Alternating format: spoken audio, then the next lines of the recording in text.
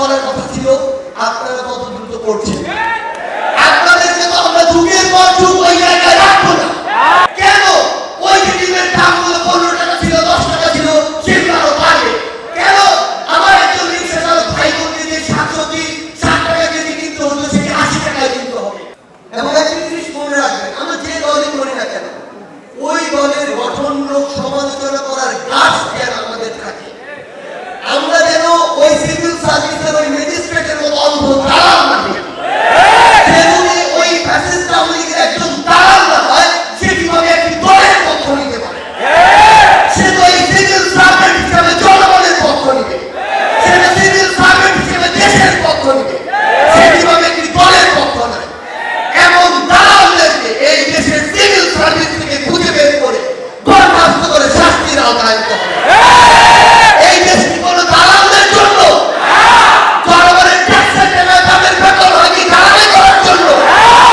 আমাদের জায়গা থেকে আপনাদের উদ্দেশ্যে স্পষ্ট বার্তা, যে কোনো জায়গা থেকে অন্যায় দেখেন, লিগাল যে বই রয়েছে সেই বইতে আইনগত প্রক্রিয়ায় আমাদের নির্দিষ্ট জায়গা থেকে যেতে হবে। আইনগত প্রক্রিয়া কোন পুলিশ হোক, প্রশাসনের কেউ হোক, বিচার ব্যবস্থার কেউ হোক, কোন একজন যদি সহযোগিতা না করে, ন্যায় বিচার পেতে যদি সহযোগিতা না করে, বৈষম্যবিরোধী ছাত্র আন্দোলন পুরো বাংলাদেশে ছাত্র জনতাকে এই কথা দিতে চায়, যদি ন্যায় বিচারের ক্ষেত্রে আপনি কোথাও অসহযোগিতা পান, আমরা সকলে আপনার সাথে আবার রাজপথে দাঁড়াবো। কিন্তু তার পূর্বে আমরা আমাদের জায়গা থেকে কোনো মব জাস্টিসে যেন না যাই। আমরা যদি ন্যায় বিচার প্রতিষ্ঠা করতে চাই, তাহলে ন্যায় বিচার প্রতিষ্ঠা হওয়ার যে আইনগত প্রক্রিয়া, সেই প্রক্রিয়ার চর্চা আমাদের জায়গা থেকে শুরু হতে হবে। আপনারা যারা অবাক হবেন, এই ছাত্র জনতার অভ্যুত্থানের পরে সচিবালয় বিভিন্ন পদে নিয়োগের জন্য, ইভেন আমরা দেখেছি ডিসি নিয়োগের জন্য পর্যন্ত এখন নাকি টাকার লেনদেন হয়। এবং ওই নিয়োগগুলোতে ওই সচিবালয় থেকে শুরু করে বিভিন্ন পর্যায়ে যারা জড়িত রয়েছে তারা এতটাই নির্লজ্জ যে তারা আকাম কুকামগুলো করে, অপকর্মগুলো করে সমন্বয়কের নাম ভাঙিয়ে খায়।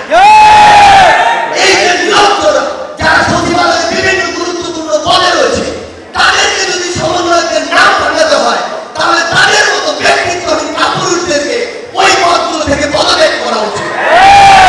আমরা অন্তর্বর্তীকালীন সরকারকে স্পষ্ট করে বলতে চাই, অন্তর্বর্তীকালীন সরকার হিসেবে আপনাদের যত দ্রুত কাজ করার কথা ছিল আপনারা তত দ্রুত করছেন। আপনাদেরকে তো আমরা যুগের পর যুগ ওই জায়গায় রাখবো না।